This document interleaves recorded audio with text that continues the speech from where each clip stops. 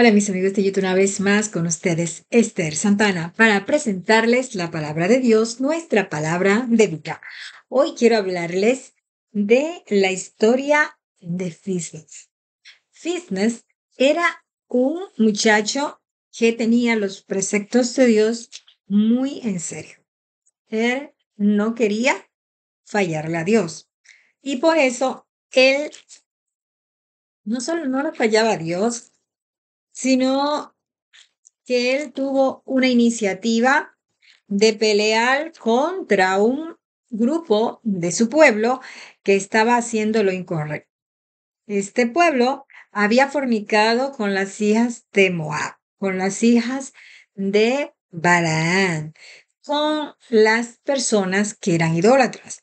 Entonces, este muchacho, cuando ve esa situación, él era hijo de uno de los sacerdotes de Josué, él se sintió tan mal, y él sintió celos, bastante celos sintió, porque él sintió celo por Jehová, porque él quería que Jehová fuera obedecido, que fuera venerado, que sea eh, tomado como lo que realmente él es, alguien que es el que controla todas nuestras vidas y que debemos respetarle porque nuestras vidas depende de él, de Dios, de Jehová. Vamos a leer lo que dice en Josué 22. Voy a leerle todo lo que significa el guardar los mandamientos. Dice, entonces Josué llamó a los rubenitas, a los graditas y a la media tribu de Manasés y le dijo, vosotros sabéis, vosotros habéis guardado todo lo que Moisés, siervo de Jehová, os mandó, y habéis obedecido a mi voz en todo lo que os he mandado. No habéis dejado a vuestros hermanos en este largo tiempo hasta el día de hoy, sino que os habéis cuidado de guardar los mandamientos de Jehová vuestro Dios. Ahora pues, que Jehová vuestro Dios ha dado reposo a vuestros hermanos, como lo habéis prometido, volved y regresad a vuestras tiendas, a la tierra de vuestras posesiones, que Moisés, siervo de Jehová, os dio al otro lado del Jordán. Solamente que con diligencia cuidéis de cumplir el mandamiento y la ley que Moisés, siervo de Jehová, os ordenó, que améis a Jehová vuestro Dios y andéis en todos sus caminos. ¿Ven? Amar a Jehová vuestro Dios y andar en todos sus caminos. Que en todos sus caminos,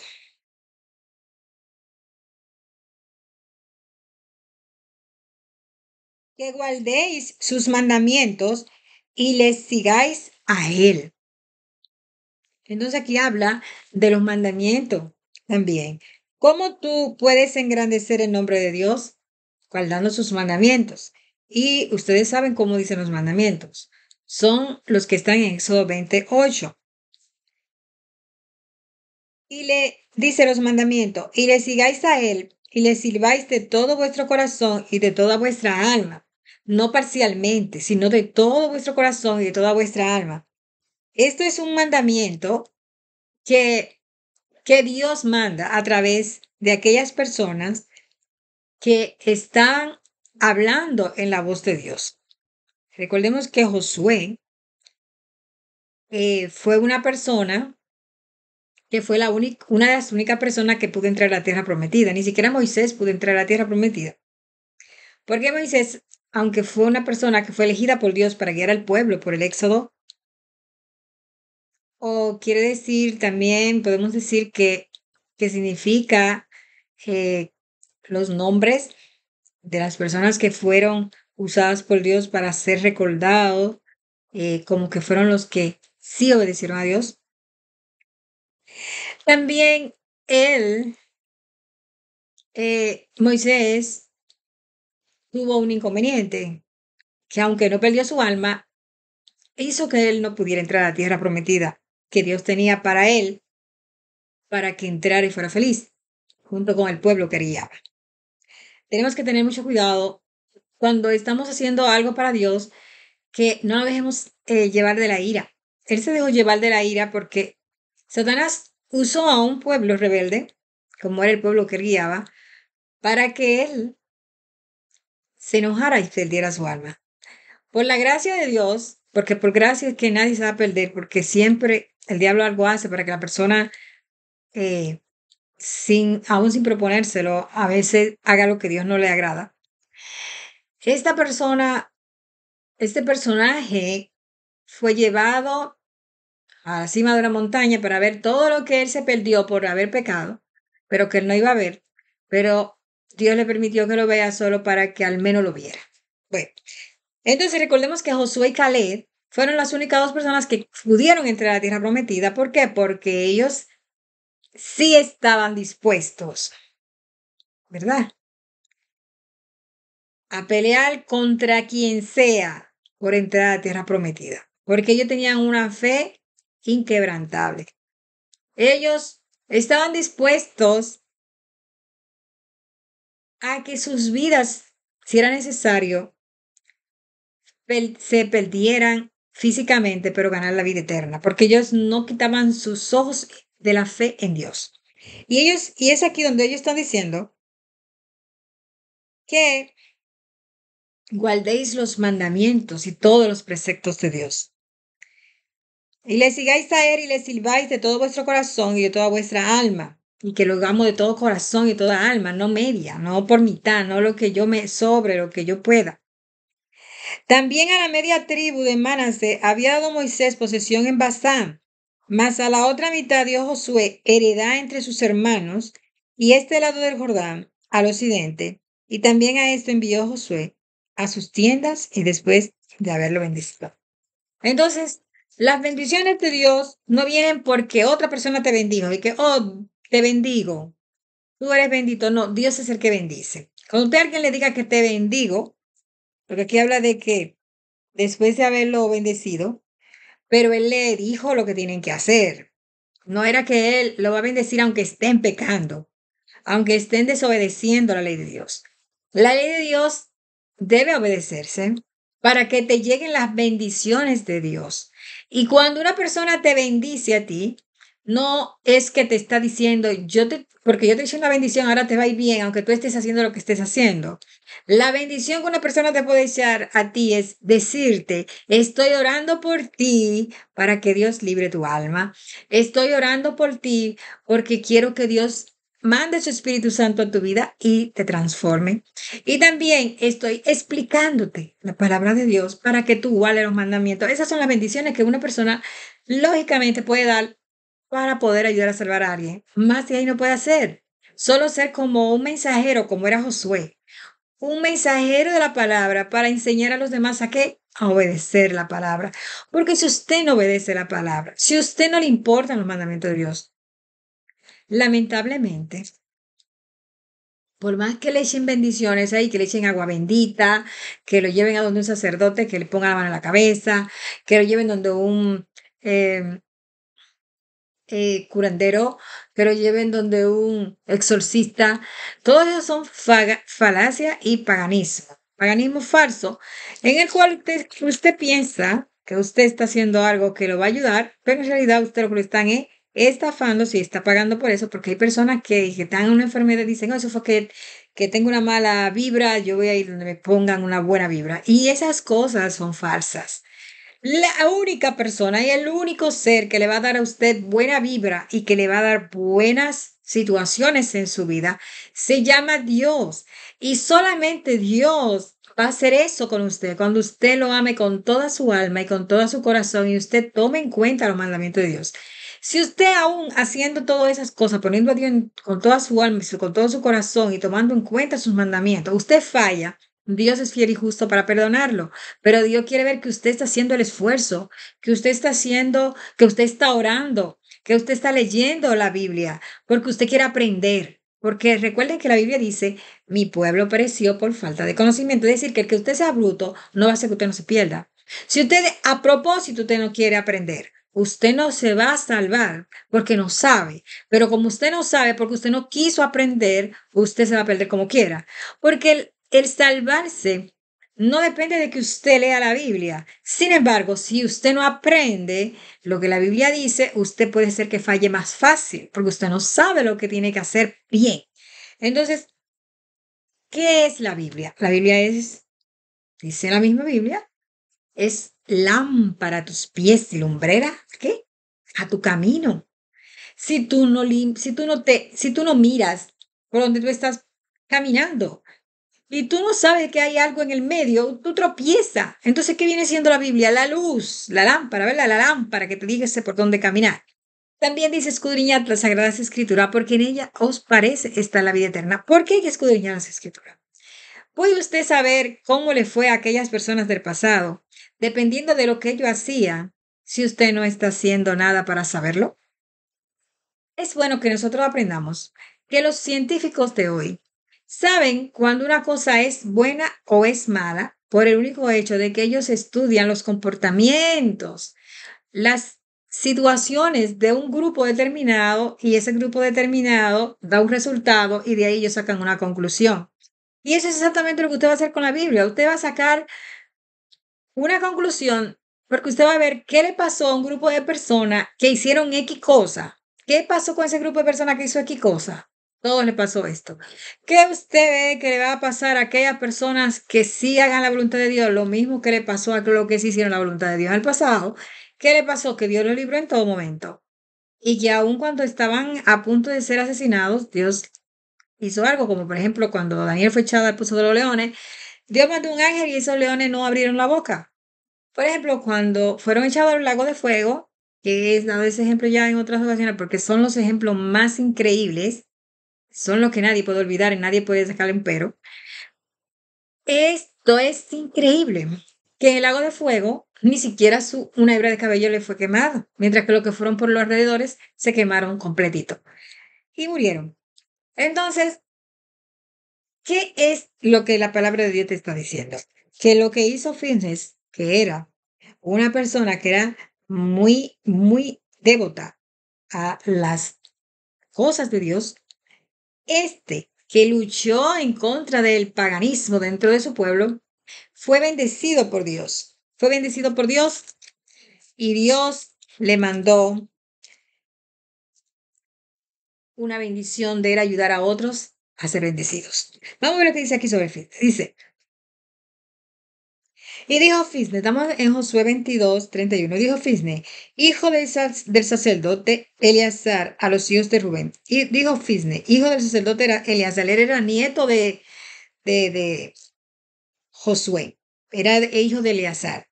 Y dijo Fisne, hijo del sacerdote Eleazar a los hijos de Rubén, a los hijos de Gad y a los hijos de Manasés. Hijos de Rubén, hijos de Gad, hijos de Manasés. Hoy hemos entendido que Jehová está entre nosotros. ¿Quién dijo esto? Fitness. Fitness, no fitness, perdón. Fitness. Y dijo Fitness, hijo del sacerdote Eleazar, a los hijos de Rubén, a los hijos de Gad y a los hijos de Manases, hoy hemos entendido que Jehová está entre nosotros, pues que no habéis intentado esta traición contra Jehová, ahora habéis librado a los hijos de Israel de la mano de Jehová. Ahora habéis librado a los hijos de Israel de la mano de Jehová. Y Fines, hijo del sacerdote Eleazar, y los príncipes dejaron a los hijos de Rubén y a los hijos de Gad y regresaron a la tierra de Galaán, a la tierra de Canaán, a los hijos de Israel, a los cuales dieron la respuesta. Y el asunto pareció bien a los hijos de Israel, y bendijeron a Dios los hijos de Israel, y no hablaron más de subir contra ellos en guerra para destruir la tierra en que habitaban los hijos de Rubén y los hijos de Gad. Entonces, ustedes de esas guerras que hay ahora de que los que están en el lado de Palestina contra los otros que están al lado, lo Irak, Irán, etcétera, etcétera. Estos son guerras muy viejas. Aquí están en una situación en la cual mejor se están aconsejando, ¿no? Ya dejaron la guerra aquí, pero ya antes de eso estaban en guerra. Y los hijos de Rubén y los hijos de Gad pusieron por nombre al altar Ed, porque testimonio es entre nosotros que Jehová es Dios. Entonces, aquí dice que Jehová es Dios. Hay gente que dice que que debemos de cambiar eso, decirle Dios, que es Jehová que se llama. Pero aquí dice en Josué 23:13, porque testimonio es entre nosotros que Jehová es Dios. Entonces, si Jehová es Dios, como que usted diga, por ejemplo, yo me llamo Dorcas Esther. Y que digan Dorcas es Esther, porque Esther es Dorca, porque es lo mismo, porque soy la misma persona.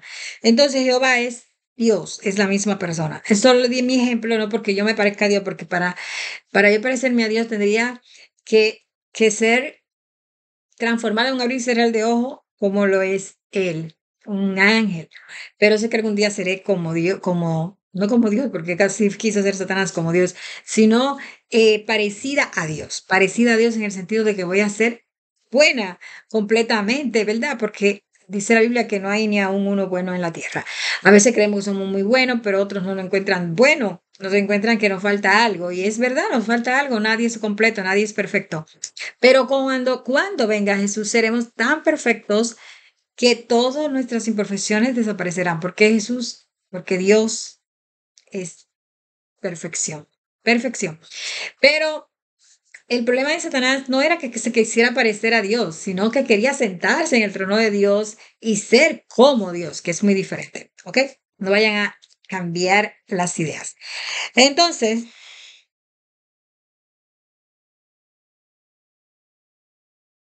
ok, entonces vamos a preguntar a ChatGPT algo sobre lo que estamos hablando para confirmar.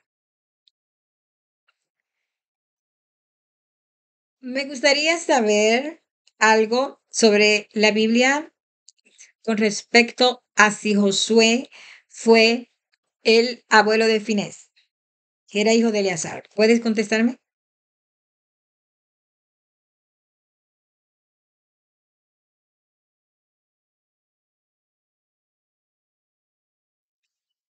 Menciona directamente que Josué haya sido el abuelo de Finés. Sin embargo, podemos ver algunas conexiones familiares entre estos personajes en los libros de Éxodo, Números y Josué.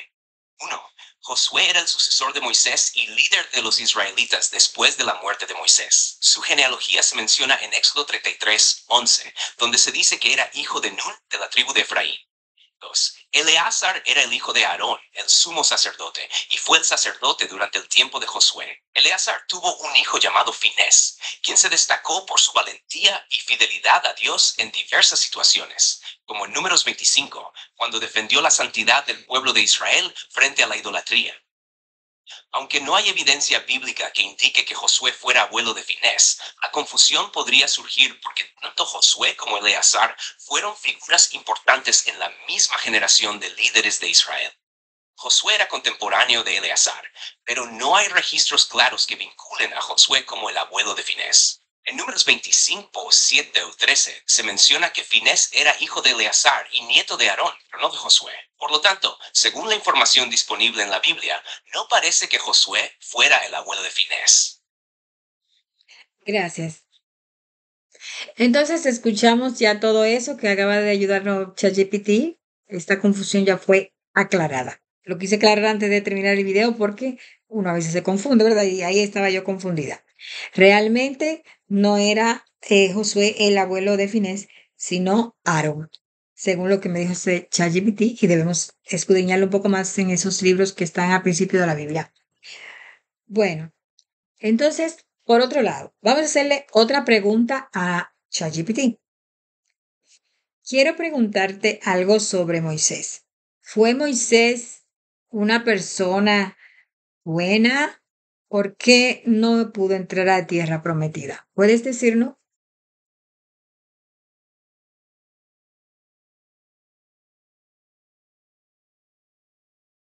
Moisés es considerado uno de los más grandes líderes y profetas en la historia del pueblo de Israel. En la Biblia se le describe como un hombre fiel y obediente a Dios, aunque, como todos los seres humanos, también tuvo sus debilidades y momentos difíciles. Aquí te cuento un poco más sobre él. ¿Fue Moisés una persona buena? Sí, Moisés fue una persona buena, pero su bondad no era perfecta, ya que como todos, cometió errores. Él fue elegido por Dios para liberar a los israelitas de la esclavitud en Egipto y liderarlos hacia la tierra prometida. A lo largo de su vida, Moisés mostró humildad y obediencia a Dios, aunque también hubo momentos de duda, frustración y desesperación. A pesar de sus debilidades humanas, Dios lo usó de manera poderosa para guiar a su pueblo. ¿Por qué no pudo entrar a la tierra prometida?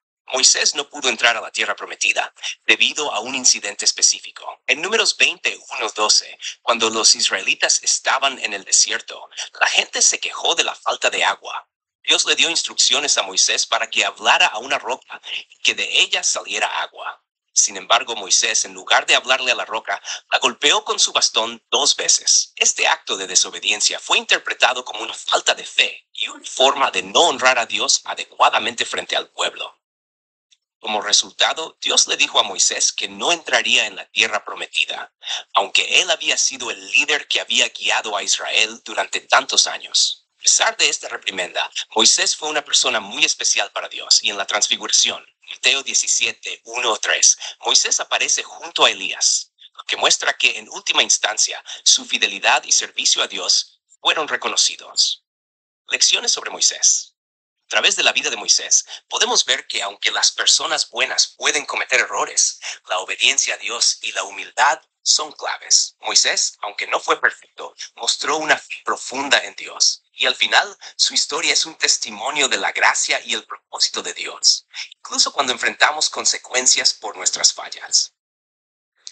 Ahora te quiero preguntar, como tú me mencionaste en varias ocasiones, como todos, tenía debilidades y también falló, porque si todos tienen debilidades y fallaron, y todos fallamos, ¿por qué Josué y Caleb no se le tomaron en cuenta sus fallas y sí entraron a la tierra prometida?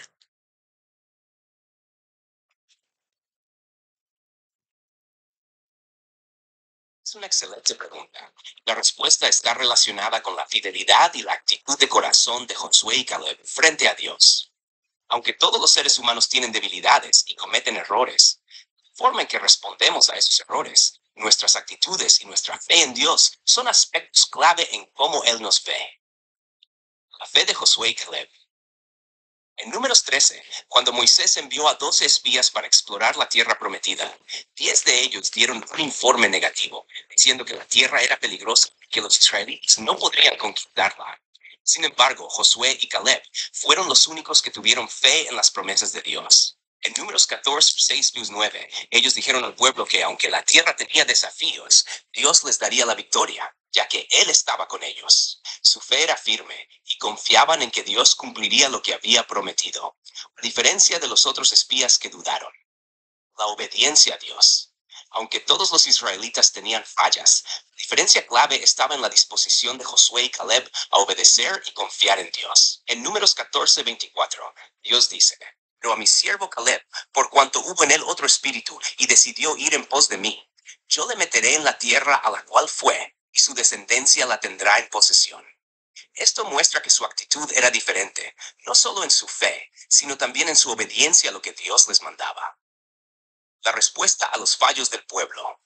En contraste con los 10 espías que se quejaron y dudaron de la capacidad de Dios, Josué y Caleb no dejaron que el pecado del pueblo les afectara. Aunque muchos murmuraron y se rebelaron contra Dios, ellos se mantuvieron firmes en su compromiso y no cedieron al desánimo ni a la incredulidad. Su actitud y fe fueron recompensadas. La gracia de Dios. Dios no ignoró las debilidades humanas de Josué y Caleb, pero vio en ellos un corazón dispuesto a seguirlo. Dios mostró su gracia al permitirles entrar a la tierra prometida. No porque fueran perfectos, sino porque su fe, su obediencia y su disposición a confiar en Él fueron lo que realmente marcó la diferencia. En resumen, aunque todos tienen fallas, Josué y Caleb se destacaron por su fe inquebrantable, su obediencia a Dios y su disposición a confiar en las promesas del Señor. Dios vio su corazón y los bendijo, permitiéndoles entrar en la tierra prometida, mientras que los demás no pudieron por su falta de fe y desobediencia. Pero tengo entendido que no solo entraron Josué y Caleb a la tierra prometida, es decir, que habían otras personas. ¿Cuál es la diferencia entre Josué y Caleb y otras personas? ¿No será que quieres decir que entre los líderes que fueron a inspeccionar la tierra de Canaán, solo ellos dos como líderes pudieron pasar a la tierra prometida.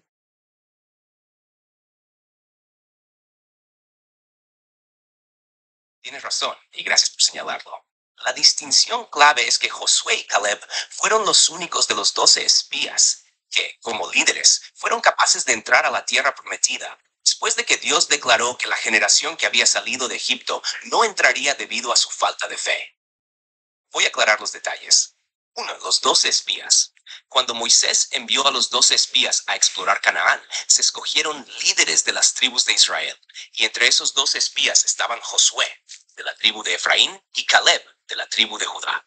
Después de la exploración, la mayoría de los espías trajeron un informe negativo, diciendo que la tierra era inaccesible debido a los gigantes y a las ciudades fortificadas. Solo Josué y Caleb confiaron en que Dios podía entregarles la tierra. 2. La promesa de Dios para Josué y Caleb. En Números 14:30, Dios les dijo a Moisés y a la nación que Josué y Caleb, debido a su fe y confianza en él, entrarían en la tierra prometida. La diferencia fundamental es que Josué y Caleb demostraron una fe firme en las promesas de Dios, mientras que los demás espías y el pueblo en general mostraron incredulidad y rebelión. 3. Condena de la generación anterior. Dios le dijo a la generación que había salido de Egipto que no entraría en la tierra prometida debido a su falta de fe. Números 14:23. Todos los que tenían 20 años o más, excepto Josué y Caleb, murieron en el desierto durante los 40 años de peregrinación. Solo Josué y Caleb sobrevivieron y pudieron entrar en la tierra prometida. El papel de los líderes. El hecho de que Josué y Caleb fueran líderes espirituales y civiles fue importante, pero el punto clave es que ellos no solo fueron líderes en el sentido de guiar al pueblo en la exploración, sino también líderes de fe. Los demás líderes, los otros 10 espías, eran igualmente importantes, pero su falta de fe y su mala influencia sobre el pueblo llevaron a que no fueran considerados dignos de entrar a la tierra.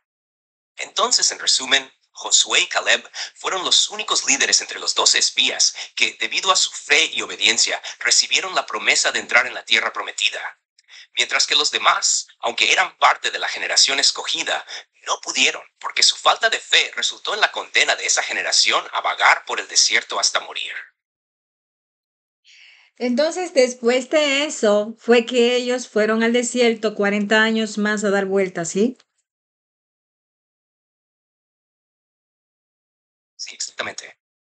Después de que el pueblo de Israel se negó a entrar a la tierra prometida, por la falta de fe y el temor generado por el informe negativo de los 10 espías, Dios decretó que la generación de los que salieron de Egipto no entraría en la tierra prometida. En su lugar, tendrían que vagar por el desierto durante 40 años, hasta que esa generación muriera, y solo los jóvenes y los que no habían participado en la rebelión entrarían en la tierra prometida. Este periodo de 40 años en el desierto fue un tiempo de disciplina y purificación para el pueblo de Israel. Durante este tiempo, Moisés continuó guiando al pueblo, aunque la mayoría de la generación que salió de Egipto no vería la tierra que Dios había prometido. Josué y Caleb, por ser fieles, sobrevivieron al desierto y fueron los únicos de esa generación que entrarían a Canaán, con Josué como el líder sucesor de Moisés. En Deuteronomio 2:14 se menciona que el tiempo que anduvo Israel en el desierto fue de 38 años, porque ya habían pasado 2 años desde que salieron de Egipto hasta el incidente con los espías. Entonces, 40 años en total de peregrinación fue la consecuencia de la falta de fe y desobediencia de la generación anterior. Cuando esa generación murió, Josué y Caleb, junto con el pueblo joven, finalmente cruzaron al otro lado del Jordán y comenzaron a conquistar la tierra prometida, como Dios había prometido. Muy bien, ¿puedes decirme de quién era hijo Josué? Josué era hijo de Nun, un hombre de la tribu de Efraín. La Biblia menciona a Nun en varios pasajes, pero no se dan muchos detalles sobre él. Lo importante es que Josué fue de la tribu de Efraín, una de las tribus prominentes de Israel, y fue elegido por Dios para suceder a Moisés como líder del pueblo de Israel. Este es un dato que aparece en Éxodo 33, verso 11, donde se dice que Josué era hijo de Nun, el joven. Y también en Números 3:8, cuando se le menciona como uno de los 12 espías enviados a explorar Canaán. Quiero saber a cuál de los sacerdotes, si fue si fue a Josué o fue a Aarón, que le murieron dos hijos por haber llevado fuego extraño a la casa de Dios.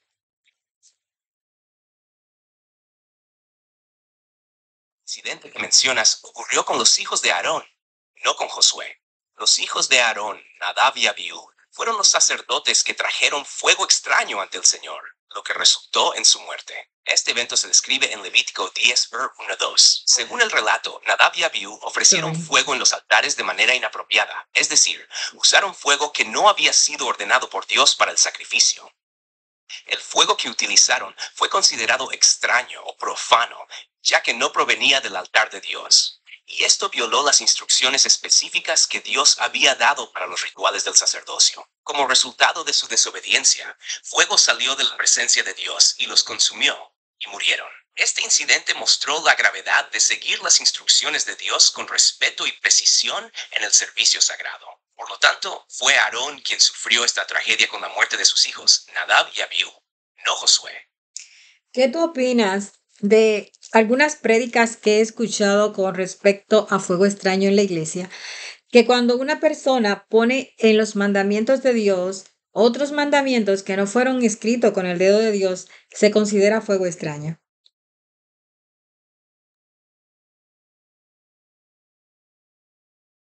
Esa es una reflexión interesante y bastante profunda.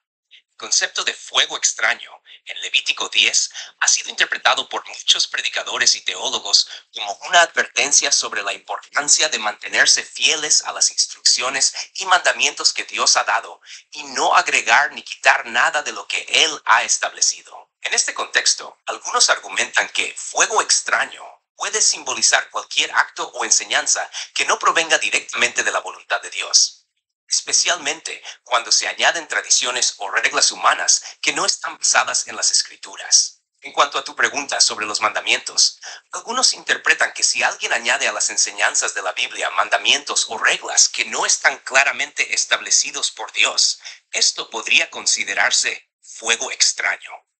Es decir, cuando las enseñanzas humanas o tradiciones se colocan al mismo nivel que los mandamientos divinos, se corre el riesgo de alterar el propósito y la pureza del mensaje original de Dios. Esto se puede relacionar con pasajes como Deuteronomio 4:2 y Apocalipsis 22:18-19, donde se advierte contra añadir o quitar de las escrituras. Por ejemplo, algunas predicaciones pueden enfocarse en cómo las tradiciones humanas, aunque pueden ser bien intencionadas, pueden desviarse del camino verdadero si no se alinean completamente con lo que Dios ha dicho en su palabra. En este sentido, añadir reglas que no están en la Biblia o interpretar de una forma que no se ajusta a la verdad revelada podría considerarse como un acto de ofrecer fuego extraño, similar a lo que hicieron Nadab y Abiú. En resumen, el fuego extraño en este contexto puede ser visto como una advertencia para no sustituir los mandamientos de Dios por enseñanzas humanas que no estén basadas en la verdad bíblica. Es un recordatorio de la importancia de ser fieles y obedientes a lo que Dios ha establecido, sin buscar agregar elementos que distorsionen su voluntad. Muy bien, me alegro mucho de que estemos de acuerdo en eso. También quiero preguntarte algo sobre otras cosas que me han llegado a la mente ahora en que te estoy escuchando. Por ejemplo, ¿qué tú opinas de alguien llamado sacerdote o papa que está en el mundo como si fuera un líder religioso, que ha hecho sus propios mandamientos y lo ha tirado al mundo?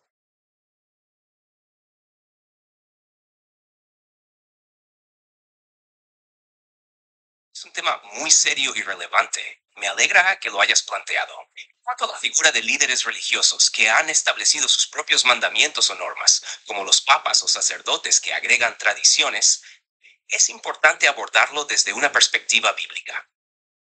La Biblia nos enseña claramente que Dios es quien establece los mandamientos y las normas para la vida cristiana, como podemos ver en pasajes como Deuteronomio 4:2 y Apocalipsis 22:18-19, donde se nos advierte contra añadir o quitar de la palabra de Dios. Jesús mismo criticó fuertemente a los líderes religiosos de su tiempo, especialmente a los fariseos, por poner sus tradiciones y enseñanzas humanas por encima de los mandamientos de Dios. En Mateo 15:3-9, Él les dijo, y por causa de vuestra tradición, habéis invalidado el mandamiento de Dios. La autoridad de los líderes religiosos debe estar bajo la autoridad de la palabra de Dios, no por encima de ella. En la Biblia, solo Dios tiene la autoridad para establecer mandamientos y enseñanzas que deben guiar la vida cristiana. En este sentido, si una persona o una institución, ya sea un sacerdote, papa o cualquier otro líder religioso, comienza a imponer mandamientos propios fuera de lo que está escrito en las Escrituras, se corre el riesgo de estar cometiendo un error grave. Jesús también advirtió sobre los falsos maestros que surgirían en el futuro. En Mateo 7:15, Él dijo, guardaos de los falsos profetas que vienen a vosotros con ropa de ovejas, pero por dentro son lobos rapaces. Esto se puede aplicar a aquellos líderes que, bajo una apariencia religiosa, enseñan doctrinas y mandamientos que no provienen de Dios, sino de su propia voluntad o de tradiciones humanas. Cualquier líder religioso que se pone en una posición de autoridad absoluta, especialmente cuando sus enseñanzas no se alinean con las Escrituras, está en un territorio peligroso. Los verdaderos líderes espirituales son aquellos que dirigen a las personas hacia Cristo y enseñan la palabra de Dios con humildad y fidelidad, sin intentar reemplazar o modificar lo que Dios ya ha dicho. En resumen, si un líder religioso, sea un sacerdote, papa o cualquier otra figura, establece reglas o mandamientos que no están basados en la Biblia, esto debe ser cuestionado desde la perspectiva bíblica. Los cristianos estamos llamados a seguir la autoridad de Dios y su palabra y a obedecer a Cristo, no a las tradiciones humanas que desvían la enseñanza pura del Evangelio. Esto no significa desobedecer a las autoridades legítimas dentro de la iglesia, pero sí es un llamado a reconocer que la única autoridad absoluta es la de Dios y su palabra. Muy bien, me alegro mucho que tú seas cristiano. Dijiste nosotros los cristianos. Gracias por ser cristiano. Pero lo que quiero preguntarte más ahora, me da un poco de risa porque como inteligencia artificial, no eres humano y eres cristiano. Entonces eres más inteligente que los que son humanos que no quieren ser cristianos. Lo otro que te quiero preguntar es, no preguntarte, sino como comentar algo. Cuando Moisés le dio a la roca, en vez de hablarle, él trató de hacer algo según su propia voluntad y no según la voluntad de Dios. Entonces parece ser que para Dios es muy importante que las personas no hagan su voluntad, sino la voluntad de Él, porque eres Dios, eres quien dice lo que hay que hacer.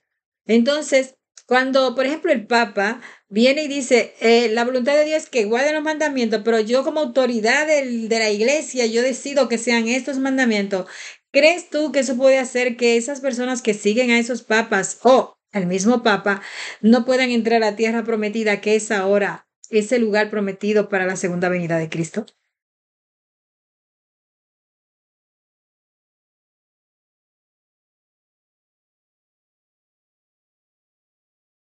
Es muy acertado y profundo. La reflexión que haces acerca de cómo Moisés falló al golpear la roca en vez de hablarle como Dios le había instruido, resalta algo muy importante en la relación de obediencia entre los seres humanos y Dios. Dios claramente subraya en las Escrituras que la obediencia a su voluntad es fundamental.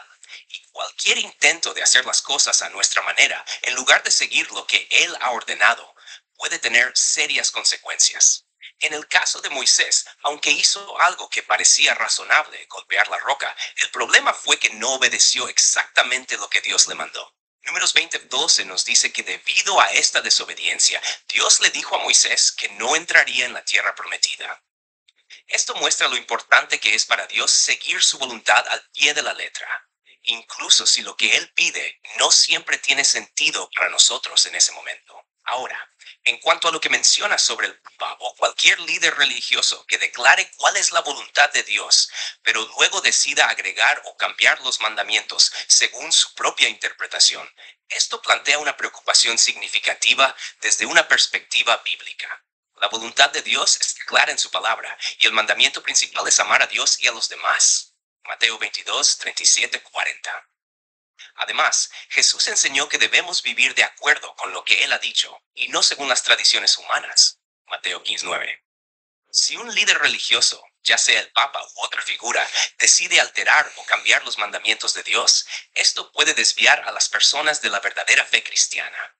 El riesgo es que esas personas puedan estar siguiendo enseñanzas humanas y no las instrucciones de Dios, lo que podría poner en peligro su relación con Dios y su salvación, ya que la obediencia a la voluntad de Dios es fundamental. En cuanto a la entrada al lugar prometido, si nos referimos a la tierra prometida que se menciona en la Biblia como la herencia eterna en Cristo, es importante recordar que la salvación no depende de seguir reglas humanas, sino de obedecer el llamado de Dios a través de Jesucristo. En Apocalipsis 22:14 se nos dice, bienaventurados los que lavan sus ropas para tener derecho al árbol de la vida y para entrar por las puertas en la ciudad. Los cristianos que obedecen la voluntad de Dios y siguen a Cristo son los que entrarán en ese lugar prometido, el reino de Dios. No aquellos que sigan mandamientos humanos o tradiciones que desvían de la verdad bíblica.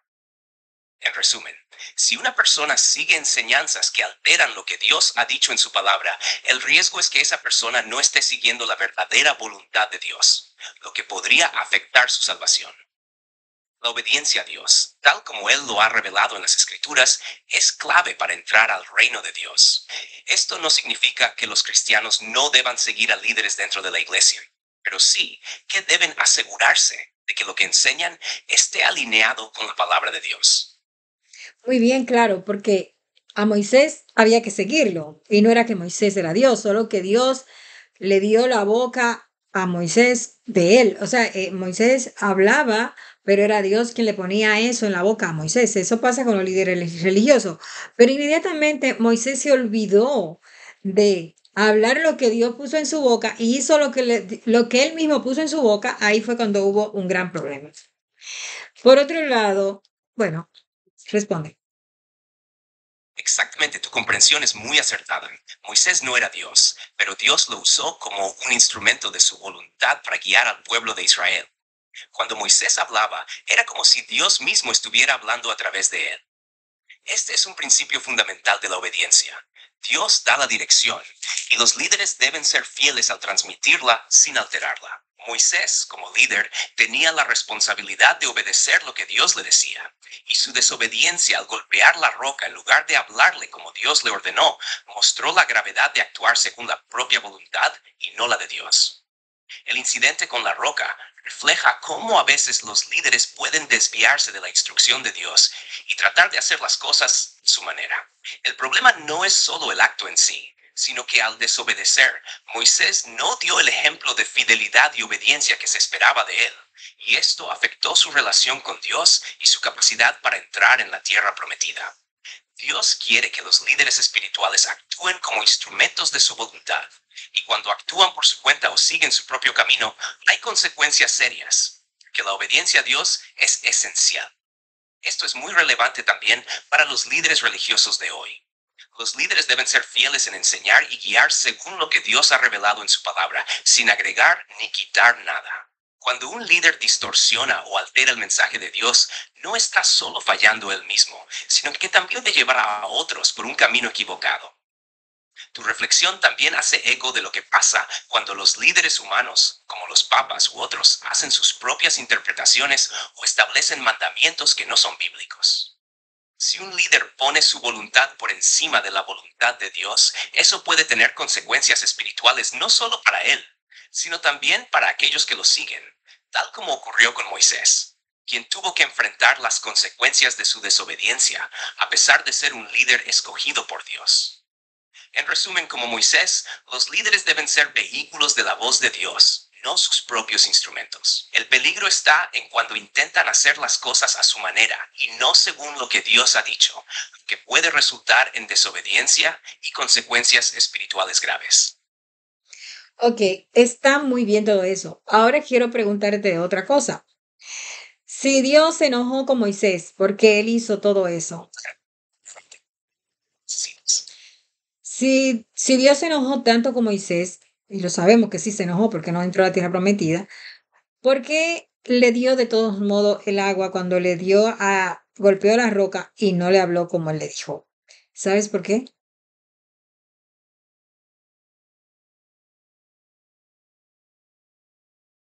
Es una excelente pregunta. El hecho de que Dios le diera el agua a Israel, a pesar de la desobediencia de Moisés al golpear la roca, en lugar de hablarle como Dios le había mandado, nos muestra varias cosas sobre el carácter de Dios. Primero, Dios es misericordioso y compasivo, incluso cuando hay desobediencia. Aunque Moisés no siguió la instrucción de Dios de hablarle a la roca, Dios no castigó al pueblo de Israel por esa acción, porque ellos necesitaban desesperadamente el agua. Dios estaba actuando en su misericordia al proveer lo que su pueblo necesitaba, a pesar de la falta de obediencia de Moisés. En segundo lugar, el pueblo de Israel no debía pagar por el error de Moisés. Dios es justo, y aunque Moisés fue el líder y responsable, el pueblo no debía sufrir la falta de agua por su desobediencia. A lo largo de las Escrituras, podemos ver cómo Dios a veces actúa en favor de su pueblo a pesar de los errores de sus líderes. En tercer lugar, Dios sigue siendo fiel a su pacto. Aunque Moisés falló, Dios no abandonó a Israel. Había hecho un pacto con ellos, y su fidelidad a ese pacto no dependía de la perfección de los líderes humanos, sino de su propia fidelidad. Dios tenía un plan más grande y no iba a dejar a su pueblo sin la provisión que necesitaba, aunque Moisés no actuó de acuerdo con su voluntad en ese momento. Sin embargo, la desobediencia de Moisés tuvo consecuencias. A pesar de que Dios le dio el agua, Moisés no entró en la tierra prometida. Esto muestra que, aunque Dios es misericordioso y sigue proveyendo para su pueblo, la desobediencia de un líder tiene consecuencias personales. Dios es justo y aunque perdona a quienes se arrepienten, también es serio respecto a las responsabilidades y la obediencia de aquellos que Él ha puesto en autoridad. En resumen, Dios proveyó el agua por su misericordia y fidelidad al pueblo, pero la desobediencia de Moisés no pasó sin consecuencias. Dios muestra su gracia al satisfacer las necesidades de su pueblo, pero también mantiene su justicia al tratar con los errores de los líderes. Excelente. Entonces el agua no fue porque Moisés tenía poder, porque Moisés en sí mismo no tenía poder para darle agua a nadie. Aunque él eso fue lo que trató de demostrar cuando él le dio a la roca con el palo, con su bastón, en vez de hablarle. Es decir, él quería como mostrar que era el bastón de él que tenía el poder, pero no era el bastón, sino que era que Dios le permitía usar el bastón, porque los seres humanos necesitan ver algo visible para creer, pero en realidad era Dios. Entonces, cuando Moisés hizo eso y dio el agua, él dio un mal ejemplo, porque él enseñó como que no importa lo que tú hagas, solo usa el objeto y ya tienes lo que quiere. No era el objeto, no era con lo que él le dio a la roca. Y había también un pasaje que hablaba de que la roca era Cristo. Es decir, que Moisés le dio con su bastón a Cristo.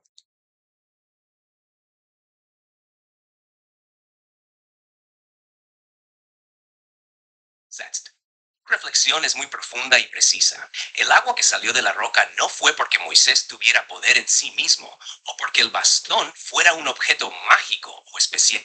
Como bien señalas, el poder de la roca venía de Dios, no de Moisés. Dios había usado el bastón de Moisés como un instrumento para mostrar su poder, pero el bastón en sí no tenía poder. Lo que realmente ocurría era que Dios estaba proveyendo a su pueblo a través de ese acto. Es cierto que Moisés, al golpear la roca con su bastón en lugar de hablarle, estableció un mal ejemplo de cómo tratar con lo que Dios había ordenado. Moisés, en ese momento, actuó de forma presuntuosa, como si el poder estuviera en él o en su bastón, cuando en realidad el poder siempre fue de Dios. Este error no solo fue un acto de desobediencia, sino que mostró que Moisés en ese momento no estaba representando correctamente la dependencia total de Dios, que es lo que debe ser el ejemplo para el pueblo. Dios quien tiene el poder, no los objetos ni las personas. Y ese principio debe ser claro. Lo que dices acerca de que la roca es Cristo es también muy significativo. En 1 Corintios 10:4, Pablo dice, y bebieron de la roca espiritual que los seguía, y la roca era Cristo. Esto muestra una conexión simbólica entre la roca de la que salió agua en el desierto y Cristo mismo, quien es la fuente de la vida espiritual y la salvación. La roca representaba a Cristo, y cuando Moisés la golpeó en lugar de hablarle, de alguna manera estaba haciendo una acción que despreciaba el carácter de la obra de Cristo, pues Cristo ya no debía ser golpeado dos veces, como se hizo la primera vez. sino que debía ser honrado y recibido con fe y obediencia. Es como si Moisés, al golpear la roca nuevamente, hubiera mostrado un mal entendimiento de la obra redentora de Cristo, como si una vez más se necesitara una acción física agresiva para obtener el agua, la salvación. Pero Cristo ya había sido golpeado una vez para siempre en la cruz, y a través de él la salvación es accesible por fe, no por obras o rituales repetitivos. El gesto de hablarle a la roca en lugar de golpearla también nos enseña sobre la importancia de la obediencia exacta a la voluntad de Dios. No se trata solo de cumplir con una acción, sino de hacerlo de acuerdo a lo que Dios ha establecido, en fe y en la forma en que Él ha dicho. Esto es lo que nos lleva a depender completamente de Dios para que Él haga la obra y no de nuestras propias fuerzas o de las herramientas que Él mismo nos da. En resumen, Moisés falló al dar el mal ejemplo de depender de un objeto, el bastón, en lugar de entender que era Dios quien proveía. Al hacerlo, también mostró que la obediencia exacta y la fe en Dios son esenciales para que la bendición fluya y no las obras humanas. La roca que representaba a Cristo debía ser tratada con reverencia, ya que solo Él es la fuente de la vida espiritual. Y eso también nos recuerda que debemos ser obedientes a las instrucciones de Dios y reconocer que todo lo que tenemos viene de Él. Estoy muy de acuerdo contigo, pero hay una parte en la cual me quedé así como medio pensativa y quiero compartirlo contigo, a ver qué opinas. Es que tú dices que debió de darle una vez y no dos veces, porque así él representaba como que Jesús tendría que pasar dos veces por el mismo dolor para redimir al mundo y solo era una sola vez. Estoy de acuerdo en que sí era una sola vez. Lo que no conecto eso con lo de la roca, porque Dios en ningún momento le dijo dale una vez o dos veces, solo le dijo háblale. Y eso yo lo relaciono más bien con que no debemos de forzar a nadie a ser cristiano, sino solo hablarle, solo decirle lo que Dios tiene para él y las cosas buenas o malas que están haciendo y que deben cambiar, pero nunca buscar la agresividad ni forzarlo de una manera agresiva a que guarden unos mandamientos que no deben de ser los que deben guardar, porque, por ejemplo, en la Edad Media forzaron a todos aquellos mártires a que o morían o tenían que obedecer los mandamientos de Constantino. ¿Qué tú opinas sobre eso?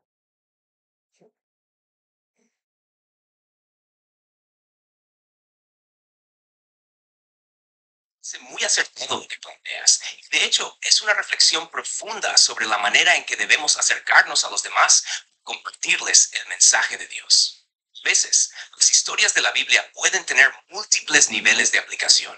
Lo que tú has mencionado sobre hablar en lugar de forzar me parece una interpretación muy válida y práctica. Hablar de la roca no es tanto que el hecho de golpearla dos veces haya sido una ilustración directa de que Cristo debía ser golpeado solo una vez, sino que se puede ver como una representación de la actitud hacia la obediencia y la relación con Dios. Dios le dijo a Moisés que hablara a la roca, lo que indica que no se trataba de una acción violenta o forzada, sino de una acción de fe y de obediencia a la instrucción divina. En este contexto, como tú bien dices, hablarle a la roca implica una actitud pacífica, receptiva y obediente. No forzar ni hacer las cosas a nuestra manera, sino permitir que Dios haga lo que solo Él puede hacer. Lo que mencionas sobre no forzar a nadie a ser cristiano también es una gran lección que podemos extraer de la historia. Dios no fuerza a nadie a seguirlo, sino que nos invita a seguirlo voluntariamente. Y la obediencia a su voluntad debe ser una respuesta del corazón.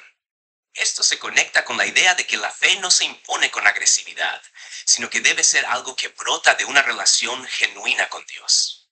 Moisés, al golpear la roca en lugar de hablarle, estaba representando un acto de control y fuerza que no correspondía con la naturaleza de lo que Dios está pidiendo, porque Dios mismo es paciente, amoroso y no coercitivo. De alguna manera, ese acto puede verse como un símbolo de imponer algo en lugar de dar la oportunidad de que el pueblo reciba la bendición de manera natural y obediente. Lo que mencionas sobre la Edad Media y el uso de la violencia para forzar la obediencia a ciertos mandamientos es otro excelente ejemplo de cómo la coerción y la imposición no son la manera en que Dios quiere que las personas vengan a Él. Dios no quiere que nadie lo siga por miedo o por obligación, sino por amor y convicción. La verdadera conversión es el resultado de una respuesta voluntaria al amor y la gracia de Dios, no algo que debe ser impuesto por la fuerza o la intimidación.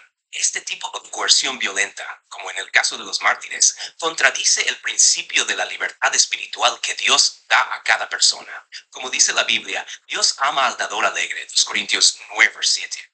Y ese principio se extiende también a cómo compartimos la fe con los demás. La fe no debe ser impuesta, sino presentada con amor, respeto y libertad.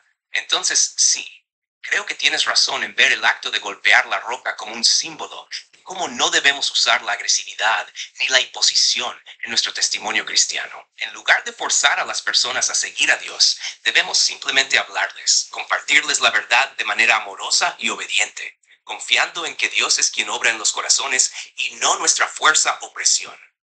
Dios no nos obliga. Y esa es la verdadera esencia de la libertad de Cristo. La obediencia a su voluntad debe ser una respuesta libre y voluntaria. Y nosotros, como líderes o seguidores de Cristo, debemos reflejar esa misma actitud. Hablar, no forzar. Es decir, que si surge alguna iglesia en el futuro que quiera obligar o forzar a que guarden algún precepto, mandamiento, estarán haciendo algo que no viene de Dios.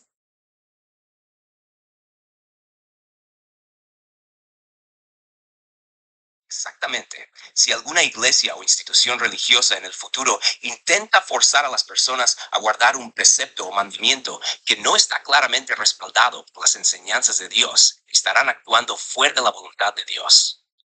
Pero Dios nunca ha impuesto la fe a la fuerza, sino que siempre ha llamado a la obediencia y al seguimiento voluntario, basado en el amor y el entendimiento de su verdad. La libertad de conciencia es fundamental en el cristianismo. Dios da a cada persona la libertad de elegir seguirlo o no. Y cualquier intento de forzar a alguien a seguir reglas o mandamientos que no estén establecidos por Dios en su palabra no refleja la naturaleza del Evangelio de Cristo, que es un llamado a la fe por amor, no por imposición.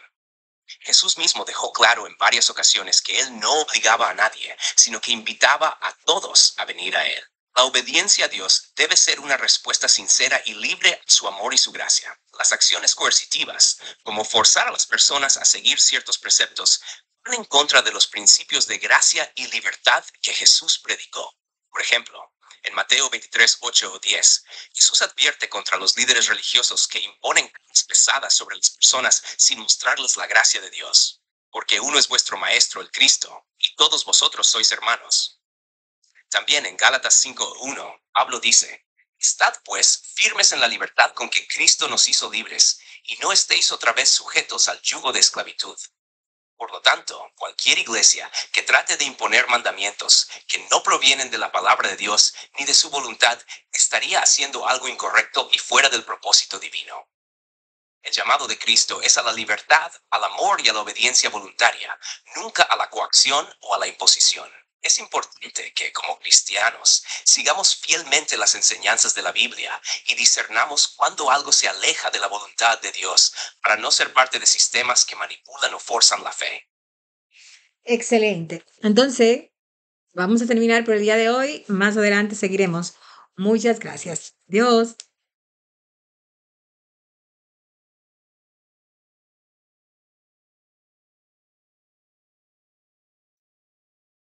Bueno, con estos nos despedimos y que tengan una feliz tarde. ¿Ya oyeron a ChatGPT? Todo lo que dijo es inteligencia artificial. Yo lo ayudé en algunas cosas y aclaro algunos puntos. Bye, Dios le bendiga.